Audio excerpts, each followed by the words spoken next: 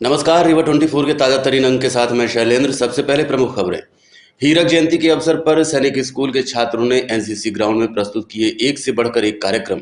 महिला पुलिसकर्मी द्वारा काम करने वाली महिला को थाने में जबरन पीटने का मामला प्रकाश में आया। गुजरात चुनाव को लेकर आम आदमी पार्टी ने भारतीय जनता पार्टी पर लगाए गंभीर आरोप। गुजरात के राज्यपाल के नाम सौंपा ज्ञापन और धार्मिक सद्भाव बिगाड़ने के आरोप में मुस्लिम समाज ने एसपी रीवा को सौंपा ज्ञापन। कहा, एक विशेष वर्ग सामाजिक सद्भाव बिगाड़ने की तैयारी कर रहा है। खबरें अब विस्तार से। सैनिक स्कूल रीवा में हीरक जयंती अवसर पर पूरा छात्रों का सम्मेलन हुआ। इस दौरान एनसीसी ग्राउंड में एक से बढ़कर एक प्रस्तुतियां छात्रों द्वारा दी गई। हीरक जयंती का प्रयोग 60वीं जयंती अथवा 60वीं वर्षगांठ के लिए किया जाता है। अंग्रेजी भाषा में हीरक जयंती के लिए डायमंड जुबली शब्द का प्रयोग किया जाता है। 49वीं वर्षगांठ के दिन से लेकर हीरक जयंती तक चलने वाले एक वर्ष को हीरक जयंती वर्ष कहा जाता है। अधिकतर समूह या संगठन जो हीरक जयंती वर्ष मना रहे होते हैं वो इस पूरे वर्ष कोई न कोई आयोजन अथवा समारोह करते रहते हैं, जो कि अंत में हीरक जयंती के दिन संपन्न होते हैं।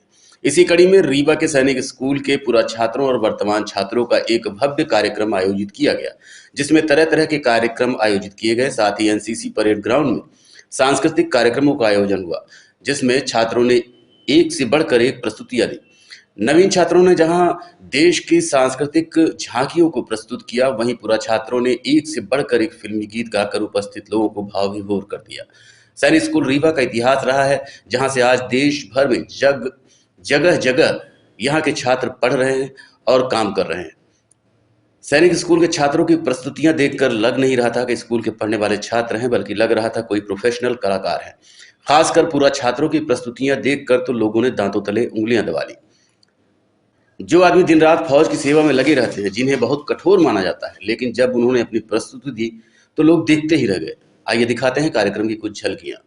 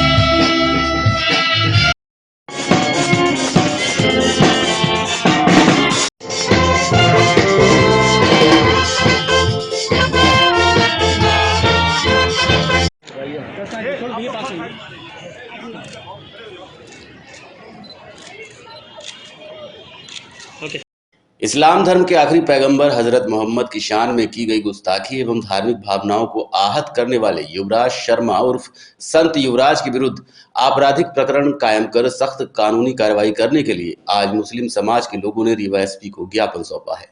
मुस्लिम समाज के लोगों ने कहा कि विगत कुछ वर्षों से लगातार मुस्लिम समाज की भावनाओं को आहत करना और देश में अशांति का वातावरण पैदा करना एक वर्ग विशेष का उद्देश्य बन गया है। उन्होंने कहा कि तथाकथित हिंदू सेना के अध्यक्ष युवराज शर्मा उर्फ संत युवराज निवासी ग्राम बघेरा, जनपद मथुरा, उत्तर प्रदेश का वीडियो दिखाया गया है। उन्होंने कहा कि इस पर उन्हें आपत्ति है। इस वीडियो में सनातनी हिंदुओं से तलवार खरीद कर घरों में रखने की अपील की गई है। उनका कहना है कि सरकार द्वारा किसी भी धर्म की भावनाओं को आहत करने वाली प्रतिक्रिया व्यक्त करने पर सख्त पाबंदी के बावजूद ऐसे लोग सामने आ रहे हैं और कोई कार्रवाई नहीं हो रही है, जिससे देश का सांप्रदायिक सद्भाव नष्ट करने की कोशिश की जा रही है। सभी इमाम यहाँ पर हाजिर हैं और समाज के दूसरे लोग भी जिम्मेदारान यहाँ पर मौजूद हैं। आज हम लोग माननीय एसपी साहब के सामने समक्ष इसलिए आए थे कि आवेदन देने के लिए कि जैसा कि अभी हमारे मुल्क का ये माहौल हो गया है कि जिसको भी थोड़ी सी पॉपुलैरिटी चाहिए वो इस्लाम और इस्लाम के पैगंबर की शान में फ़ौरन गुस्ताखी करने निकल पड़ता है। और ये मामला कई बार हो चुके हैं, हम लोग कई बार आवेदन दे चुके हैं। अभी फ़िलहाल में 2-3 दिन पहले युवराज शर्मा उर्फ संत युवराज के नाम से एक व्यक्ति है जो मथुरा का रहने वाला है, उसके खिलाफ़ कई प्रकरण भी दर्ज हैं, यहाँ तक कि रेप का प्रकरण भी उसके खिलाफ़ दर्ज है।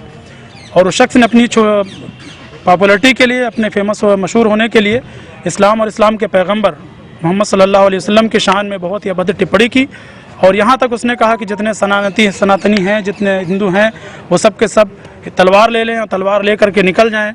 और उसके साथ ये भी कहा कि गृह मंत्रालय में इसकी सूचना दे दी गई है, यानी सभी लोगों को लड़ने के लिए, तलवार रखने के लिए और मजहबी लड़ाई अपने मुल्क में कराने के लिए उस शख्स ने ऐसे ऐसे बयान दिए हैं। हमारी एसपी साहब के समक्ष आकर के हमने आवेदन ये दिया है कि अगर इसके खिलाफ 1 हफ्ते के अंदर कोई FIR कायम नहीं होगी, इसकी गिरफ्तारी नहीं होगी, तो फिर मुस्लिम समाज सड़कों पर उतरकर और इसका पुरजोश एहतजाज करेंगे और जहां तक हो सकेगा इसके खिलाफ कानूनी कार्रवाई के लिए हम लोग आगे बढ़ें। महिला पुलिसकर्मी द्वारा एक घर में चौका बर्तन काम करने वाली महिला को चोरी के इल्जाम में जबरन पीटने का मामला प्रकाश में आया है। पीड़ित प्रवीण यादव पत्नी अजय यादव, जो कि सोनौरी थाना क्षेत्र चोरठा की रहने वाली है, उसने बताया कि अमैया की रहने वाली ममता के यहाँ उसके अशोक किराना स्टोर में घरेलू काम करती थी। 6 महीने पहले बीमार होने के कारण उसने काम छोड़ दिया, लेकिन 16 नवंबर को उसकी बहन सुधा यादव एक महिला पुलिसकर्मी के साथ उसे जबरन अपने साथ अमैया थाने ले गई और देर रात तक मारपीट करवाया। उसने कहा कि उसने कोई चोरी नहीं की, फिर भी उसे जबरदस्ती मारा गया और रात करीब 9 बजे के बाद छोड़ दिया गया, जबकि नियम यह है कि महिला अपराधियों को सिर्फ महिला थाने में ही बिठाया जा सकता है। लेकिन उस पुलिसकर्मी ने किसी के दबाव में आकर जबरन उसके साथ इस तरह की मारपीट की है। आज न्याय पाने के लिए प्रवीण ने SP रीवा के पास आकर आवेदन दिया और उचित कार्रवाई की मांग की। हमारे दीदी के यहाँ से बोली कि तुम्हारा काम है। एक महिला आई, हमको पकड़ के ले गई, महिला थाना में मारने लगी। युवा मैया में जौन थाना है। कौन ले गया था? एक महिला आई थी थाने में। क्या बोली कि तुम्हारा काम है। एक नहीं, वहाँ क्या कह के मार रही थी आपको? बोली कि तुम चोरी किए हो ममता के यहाँ। क्या आपने ऐसा किया था? हम नहीं किए। मैं उसके यहाँ से काम छोड़ दिए। हमारी तबीयत खराब हो गई थी तो हम छोड़ दिए थे उसके घर का काम। हमारे ससुर आए तो घर ले गए। हम 1.5 महीना घर में रहे। उसके बाद फिर यहाँ आ गए मैदानी। वो बोलती है कि तुम दीपावली को तुम चोरी किए हो। अभी जो SP साहब का आपने जानकारी दी है उसमें एक मेडिकल की रिपोर्ट भी दी है। क्या हो गया है आप? हमको मारी है महिला, अंदर ले गई। कुछ पहले नहीं पूछी सीधे मारना शुरू। हमारे कान में, कान का पर्दा फट गया, कान में सुना नहीं रहा। कान का पर्दा फट गया। जी। कौन है? महिला वहाँ अंदर ले गए। हाँ, हमने 9 बजे रात की छोड़ी है। कब ले गए थे? परसों 2 बजे दिन में ले गई है, 9 बजे रात में छोड़ी है। ये कौन थी महिला? महिला के हम नाम नहीं जानते हैं मगर पहचान जाऊंगी। क्या चुराने का आरोप लगा रही है? बोली के हीरा मोती चुराई है, गहना गुड़िया मेरी ले गई है। ये ममता जिनका काम करती थी कहाँ रहती है? वो अशोक किराना के पास वहीं पर अमैया में रहती है। आप कहाँ रहती है? हम सोनौरी में रहते थे। यहाँ काम करने आती थी? काम नहीं, 6 मतलब गर्मी से हम छोड़ दिए। पहले आती थी वहीं? पहले रहे हैं 5 महीने उसके घर में काम करे हैं। चोरी का आरोप कब का लगा रहे हैं? हम अभी लगाई है, मतलब ये धनतेरस को हमको चोरी लगाई है। तब आप उसके यहाँ जाती नहीं थी? हम उसके अब तो छोड़ दिए, जिस दिन से तो नहीं गए। जब से मतलब काम छोड़े तो उसके घर हम नहीं गए। क्या महीने पहले काम छोड़ी? गर्मी में छोड़ी, बैसाख में। गर्मी में छोड़ दी थी, आपकी चोरी लगा रही है? हाँ, आप चोरी लगा रही। वजह क्या है इसके पीछे? हमको पैसा दे के मरवाई है। जो आई है तो कहीं किसको मारो। 2 पुलिस भी रही है तो उनको मतलब जेंट्स, तो उनको भी बोलती थी कि वो बोले ले जाओ पट्टा उकेल लो उधर। जेंट्स पुलिस मारी है क्या? जेंट्स नहीं मारी मगर बोलती थी कि मारो उधर। जब आपको मारने के लिए वो बोल रही थी उस समय थाने में आई थी खुद मरवाने के लिए? हाँ, आई है। हमारे जब हम पुलिस ले गई महिला, तब फिर आधा 1 घंटा बाद आई है। ममता भी आई है। और फिर बोले थी मारो इसको मारो। ये बच्चे किसके हैं? ये हमारे बच्चे हैं। सिरमौर चौराहे से सुभाष चौराहे तक बन रहे फ्लाईओवर एक्सटेंशन के मामले में स्थानीय दुकानदारों ने आज विधानसभा अध्यक्ष गिरीश गौतम से मुलाकात की। आपको बता दें कि सिरमौर चौक से सुभाष तिराहे तक फ्लाईओवर के एक्सटेंशन का काम शुरू हो चुका है, जिसको लेकर शुरू से ही आशंका जताई जा रही थी कि चौराहे में बनी दुकानों को तोड़ दिया जाएगा। लेकिन क्योंकि वहां के व्यापारियों की व्यवस्था नहीं की गई, इसलिए व्यापारी इधर उधर भटक रहे हैं। उन्होंने पहले महापौर, फिर विधायक, फिर रीवा कलेक्टर और आज विधानसभा अध्यक्ष गिरीश गौतम से मुलाकात की। हालांकि उन्होंने भी अन्य लोगों की तरह आश्वासन ही दिया, लेकिन व्यापारियों की उम्मीद है कि उनकी मांग पूरी होगी। विधानसभा अध्यक्ष जी ने कलेक्टर महोदय से बात किया है और उन्होंने बताया है कि जो दुकानदार की मांग है वो न्यायोचित है और दुकानें जहां हैं वहीं रहनी चाहिए। अगर आपको बनाना है तो उसके पीछे नई दुकान बना के दीजिए। इस बाबत जिलाध्यक्ष महोदय से उनसे कहा है। हम लोग विधायक जी, जिलाध्यक्ष, नगर निगम आयुक्त सबसे मिल चुके हैं। आज विधानसभा अध्यक्ष जी से भेंट किया तो निवेदन है कि आप सब लोग इस बात को बराबर प्रसारित कर रहे हैं अपने चैनलों के माध्यम से और न्याय में आप सब साथ दे रहे हैं। हम लोग आगे तक लड़ाई लड़ेंगे अपने हक के लिए। आपको जनप्रतिनिधियों में से महापौर से संतोषजनक जवाब मिला, आपको विधानसभा अध्यक्ष संतोषजनक जवाब मिल चुका है, मतलब क्या मानते हैं आपकी मांगे पूरी हो पाएंगी? बिल्कुल पूरी होगी साहब। देखिए, जनता के आगे प्रशासन को झुकना पड़ता है, पहले भी झुक चुका है। पहले भी आपको बताएं 84 में ये दुकानें बनी थी, 9 लाख नो प्रॉफिट पे। उस समय सुधार न्यास का, पहले ये न्यास बाजार इसका नाम था, अब फिर नगर निगम में मर्ज हुआ सुधार न्यास। उस समय 12,500 कीमत थी। हम लोगों ने 9-9 हजार रुपए बैंक से फाइनेंस करवाया था। संपत राम कमिश्नर थे उस समय। अभी विधानसभा अध्यक्ष जी ने क्या जवाब दिया? विधानसभा अध्यक्ष जी ने बोला कि दुकानें नहीं हटेंगी। कलेक्टर से उन्होंने बात किया है। अब आगे जो भी प्रक्रिया है एक आध दिन में जो भी समझ में आएगा अपन लोग करेंगे। इस समय विकास पुरुष की क्या मंशा है आप लोगों को? विकास पुरुष जी के यहाँ हम लोग गए थे परसों। उनसे हम लोगों ने पूरे दुकानदार 100 दुकानदार थे, हमने अनुरोध किया कि आप विकास करें। फ्लाईओवर जनता के हित में बनना चाहिए, इस पे हमारा कोई अड़ंगा नहीं। पर हमारा निवेदन इस बात का है कि गरीबों के पेट में लात मार के अमीरों को आप कोई भी ऐसा आयोजन न करिए। तो उन्होंने आश्वासन दिया, पहले तो उन्होंने घुमाया कि ये फ्लाईओवर बनेगा, ये विकास होगा, फव्वारा बनेगा, फलाना होगा। हम इनका खूब फव्वारा देख चुके हैं। निवेदन इस बात का है कि आप फ्लाईओवर बनाइए, जो भी विकास करना हो करिए, पर गरीबों के पेट में लात मार के विकास मत करिए। तो उन्होंने 1-2 दिन का समय बोले कलेक्टर से बात करते हैं। फिर हमने कलेक्टर महोदय से भी इस बात किया। उन्होंने कहा कि मैं चर्चा कर लेता हूं। अब चर्चा के लिए उन्होंने फुल आश्वासन दिया कि दुकान गिरने नहीं देंगे।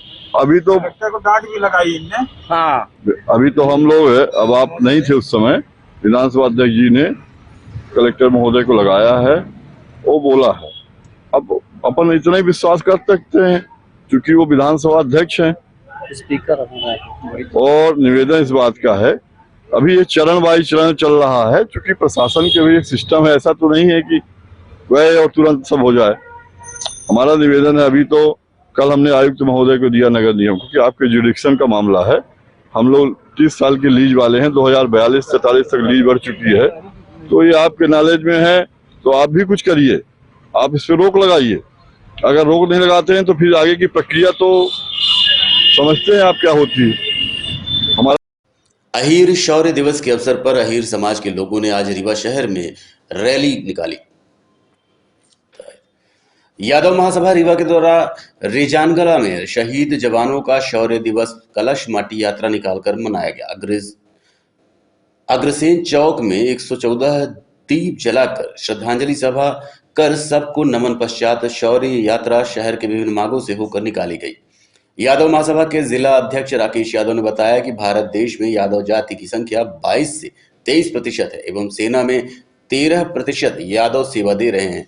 सबसे ज्यादा पदक यादव के जवानों ने प्राप्त किए हैं।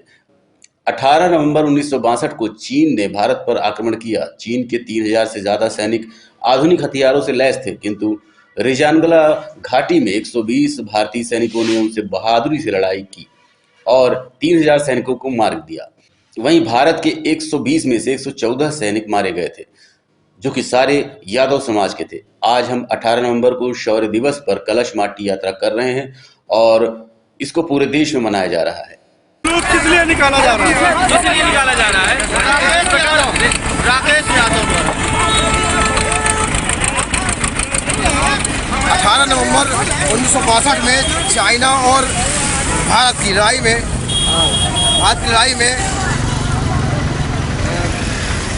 वहाँ पे चुसूर घाटी दर्रा कहलाता है।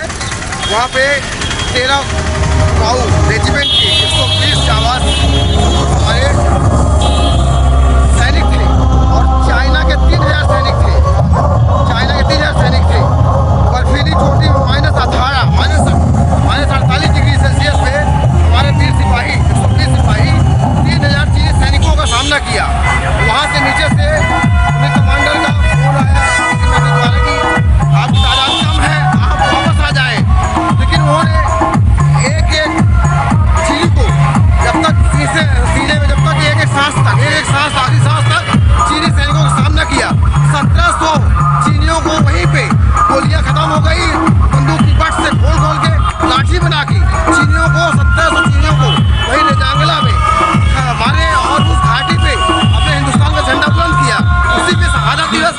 सौर यात्रा पर लोग आए हुए हैं। आज ज्ञापन भी सौंपा है आप लोगों ने। यहाँ पर हमारा आहिर रेजिमेंट की मांग है कि हमारे सेना में हर सभी समाज के क्षत्रिय, राजपूत, गोरखा, जाट, बंगाल जितने भी सभी रेजिमेंट बने हुए हैं, सबसे ज़्यादा परमवीर चक्र हमारे यादव समाज को मिला हुआ है। देश की हमारी 22% आबादी है, उसमें से 16% हमारे सैनिक हैं। यादव सैनिक 16% है हमारे हिंदुस्तान में। तो हम चाह रहे हैं कि हमारे आहिर यादव वीर सिपाही हैं, उनके भी नाम से आहिर रेजिमेंट बने। सरकार से हम ये मांग करते हैं। गुजरात चुनाव आयोग एवं गुजरात प्रशासन को निष्पक्ष भय रहित चुनाव कराने के कड़े निर्देश जारी किए जाने को लेकर आम आदमी पार्टी ने सौंपा ज्ञापन। आम आदमी पार्टी ने महामहिम गुजरात के नाम कमिश्नर को ज्ञापन सौंपा है। चुनाव के हालात आपसे छुपे नहीं हैं। आम आदमी पार्टी के उम्मीदवारों के साथ अपहरण जैसी घटनाएं घटित होती रहती हैं। आप कार्यकर्ताओं को प्रचार करने से मना किया जा रहा है। कार्यकर्ताओं को प्रचार के दौरान डराया धमकाया जा रहा है। पुलिस द्वारा आम आदमी पार्टी के कार्यकर्ताओं के द्वारा इस प्रकार की गुंडागर्दी की रिपोर्ट नहीं की जा रही है। उक्त कृत्यों से निष्पक्ष चुनाव कैसे संभव होगा? क्या ये प्रजातंत्र की हत्या करना नहीं होगा? ये सब भाजपा के इशारे पर किया जा रहा है, ये कहा आम आदमी पार्टी के प्रवक्ताओं ने। जाएगा भारतीय जनता पार्टी के द्वारा हिंदुस्तान के अंदर जो लोकतंत्र की हत्या की जा रही है, लोकतंत्र का जो चीरहरण किया जा रहा है और आयोग आंखें बंद करके जो उसको सपोर्ट कर रहा है, उसके विरोध में हम लोग महामहिम राष्ट्रपति महोदय के नाम पे ज्ञापन सौंप रहे हैं माननीय सम्माननीय कमिश्नर महोदय को। हम लोग की मांग है कि गुजरात चुनाव के दौरान जितने भी घटनाक्रम आप लोग के सामने आ रहे हैं, अभी आपने 2 दिन पहले देखा होगा कि हमारे एक कैंडिडेट को नामांकन करने से किस तरह साजिश के तहत रोका गया। माननीय केजरीवाल जी ने 1 दिन पहले जब संज्ञान लिया, फेसबुक मीडिया हर एक के द्वारा जब उन्होंने दिया कि हमारा कैंडिडेट लापता है 24 घंटे से, उसके बाद अचानक वो कैंडिडेट दूसरे दिन चुनाव आयोग के सामने हाजिर होता है, निर्वाचन कार्यालय के सामने, और वहाँ पर पे वो 150 पुलिस कर्मियों के बीच में घिर करके जाता है, अपना नामांकन वापस लेता है। उसे ना तो किसी से बात करने दिया जाता है, उसे ना किसी पदाधिकारी से मिलने दिया जाता है। तो ये जो भारतीय जनता पार्टी की तानाशाही चल रही है, जो ये भारतीय जनता पार्टी इस लोकतंत्र की हत्या करना चाहती है, उसके विरोध में रीवा आम आदमी पार्टी आज सांकेतिक धरने के पश्चात ज्ञापन सौंपेगी। रीवा कलेक्ट्रेट में नशा मुक्ति को लेकर कार्यशाला का आयोजन किया गया। कार्यशाला दोपहर 12 बजे से कलेक्ट्रेट के मोहन सभागार में आयोजित हुई। कार्यशाला में Madhya Pradesh voluntary health association के एग्जीक्यूटिव डायरेक्टर एवं सदस्य राज्य तंबाकू नियंत्रण कमेटी के विशेष अतिथि मुकेश सिन्हा उपस्थित रहे। उक्त कार्यशाला में सिगरेट एवं तंबाकू उत्पाद अधिनियम 2003 के प्रभावी रूप से लागू करने एवं अन्य प्रकार के नशे एवं उससे होने वाली हानियों के संबंध में प्रस्तुतिकरण किया गया। बहुत अच्छे वक्ता भी आते हैं, लेकिन जिस वर्कशॉप मीटिंग में प्रॉपर सेंसिटाइजेशन नहीं हुआ, इंफॉर्मेशन ट्रांसफर नहीं हुआ एक ब्रेन से दूसरे ब्रेन में, और जब स्किल ट्रांसफर नहीं हुआ तो फिर वर्कशॉप सक्सेसफुल नहीं हो पाता। तो मैं पूरा का पूरा सेशन 3 भाग में बांट के रखा हूँ। पहला हम आपसे चर्चा करेंगे, सेंसिटाइज करेंगे, आप देखेंगे कि आप कितना सेंसिटाइज हैं। सेकंड हम ओरिएंट करेंगे related to tobacco control law, and third हम आप में से जो लॉ इन्फोर्सर्स होंगे उनका स्किल भी ट्रांसफर कर देंगे कि अगर ऑन द स्पॉट गए तो आप क्या करेंगे, कैसे प्रोसीड करेंगे। इसलिए मैंने समय पूछा था। तो ये पहला स्लाइड मैं शुरू करता हूँ। 15 जो जिले हैं उसमें से रीवा को चयन किया गया।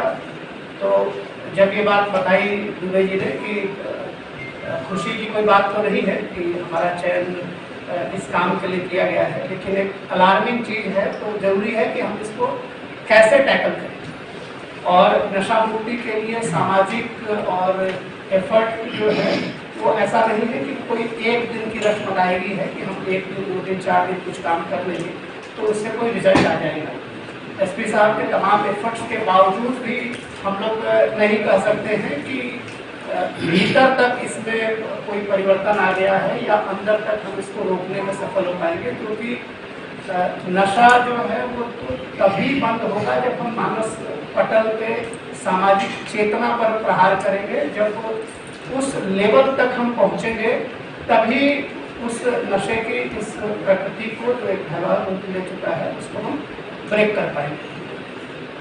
तो हम लोगों ने जब उसको जानना समझना शुरू किया तो जो आज का मेजर चैलेंज है वो निश्चित रूप से फोरेक्स है, गांजा है, लेकिन उसकी तह में जो समस्या है वो समस्या तंबाकू, और तंबाकू का खाना जितनी बड़ी समस्या नहीं है उससे बड़ी उसकी सामाजिक स्वीकार्यता सबसे बड़ा चैलेंज है।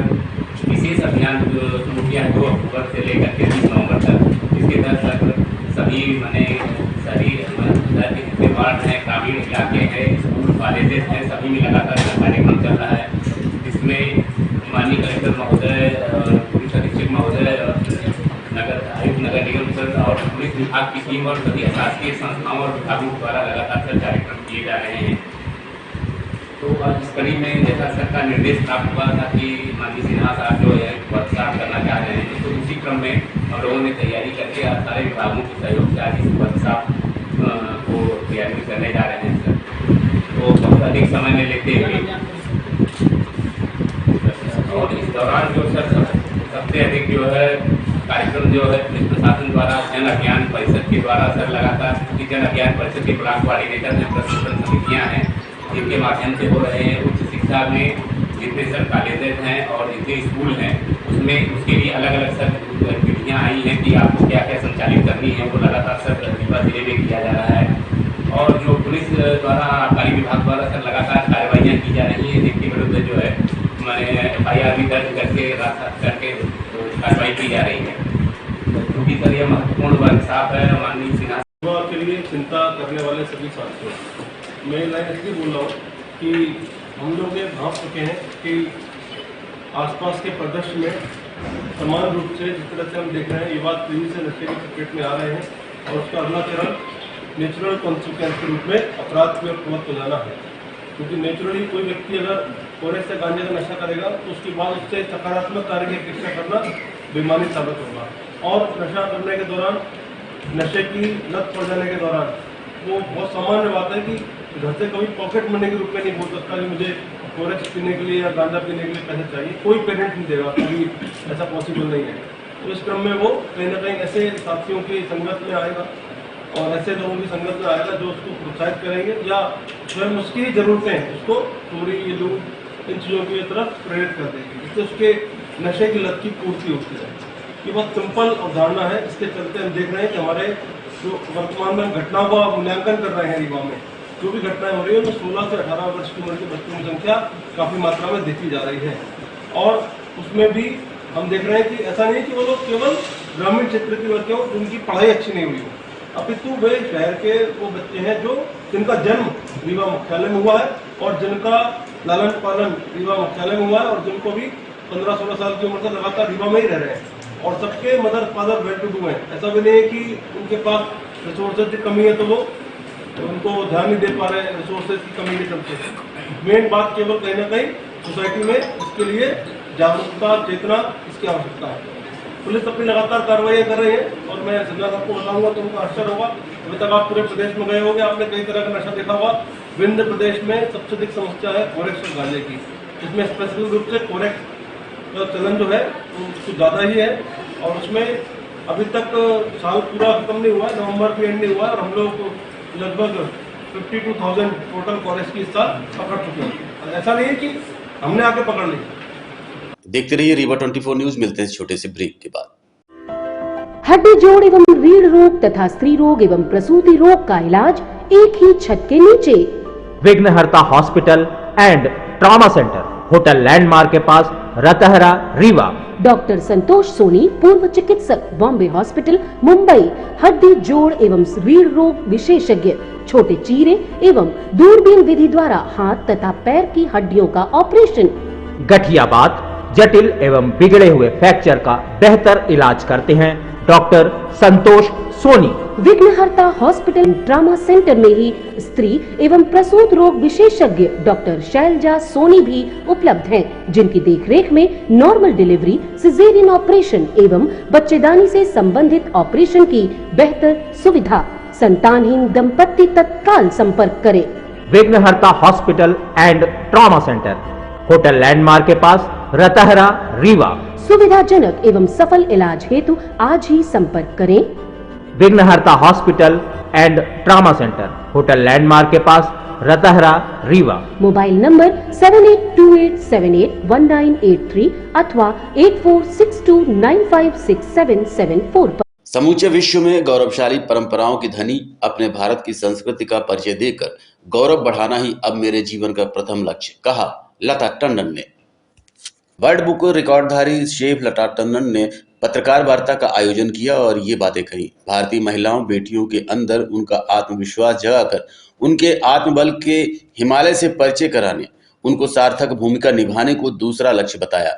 लता ने कहा कि भारतीय व्यंजनों की व्यवस्था के पौष्टिक पक्ष को विश्व मंच पर उजागर करना उनका लक्ष्य है। आइए देखते हैं उन्होंने क्या कहा। गुण होते हैं, हमें कहाँ पता है ये सब चीजें, तो ये सब चीजों पे मैं काम कर रही हूँ एमपी टूरिज्म के साथ और कोशिश कर रही हूँ कि नॉलेज जो है इंटरनेट के माध्यम से, क्योंकि अब वो आसान हो गया है ना, इंटरनेट कई लोगों तक पहुंच सकता है, उसके माध्यम से ये नॉलेज पहुंचा सकूँ, क्योंकि शेफ हूँ मैं, मेरा काम ही यही है। नहीं, खास तौर पर मध्य प्रदेश के ठीक है, हम लोग जानते हैं, आप जानते हैं, अंतरराष्ट्रीय स्तर पर और बहुत बड़े बड़े व्यंजन हैं। जी जी जी। मैं ये कहना चाह रहा हूँ कि बघेली का कोई केवल और एक कोई ऐसा व्यंजन है जिसको आप चाह रहे हैं कि प्रमोशन हो? सब कर रही हूँ, मतलब देखिए अभी कोई एक व्यंजन जो आपको अच्छा लगा हो बघेली, मैं उसकी बात करना चाह रहा हूँ। सारे व्यंजन अच्छे हैं, लेकिन आप नहीं थे तब मैंने भैया लोगों से यही बात की कि हम रीवा आते हैं, हमने सुना इंद्रहर की कढ़ी अच्छी होती है, ऐसा होता है वैसा होता है, टीएम करा के रखा है महाराजा साहब ने, उसको टीएम करा के रखा है ना, इंद्रहर की कढ़ी को ट्रेडमार्क करा के रखा है ना, मिलती कहाँ है? वही बात आपने सुना पर जाना नहीं है। मैंने खाया है, बनाया है, लेकिन मैं बोल रही हूँ मेरे दोस्तों को मैं आने का निमंत्रण दूं, उनको बता के आऊं, मिलेगी कहाँ मिलती है? यही बात है, मैं यही आपसे बोल रही हूँ कि लोकल किजीन, हम सबसे पहले हम जैसे लोग जो रीवा के हैं, सबसे पहले तो वही प्रमोट करना शुरू करें और बनाना शुरू करें। यहाँ के ढाबों तक में नहीं मिलती है भाई, सेव टमाटर मिल जाता है। यहाँ की जो ब्रेड बिस्किट है जी, बिन पानी की रोटी जी, आपने नहीं बिन पानी की रोटी। आज के अंक में इतना ही। देखते रहिए रीवा 24 न्यूज। नमस्कार।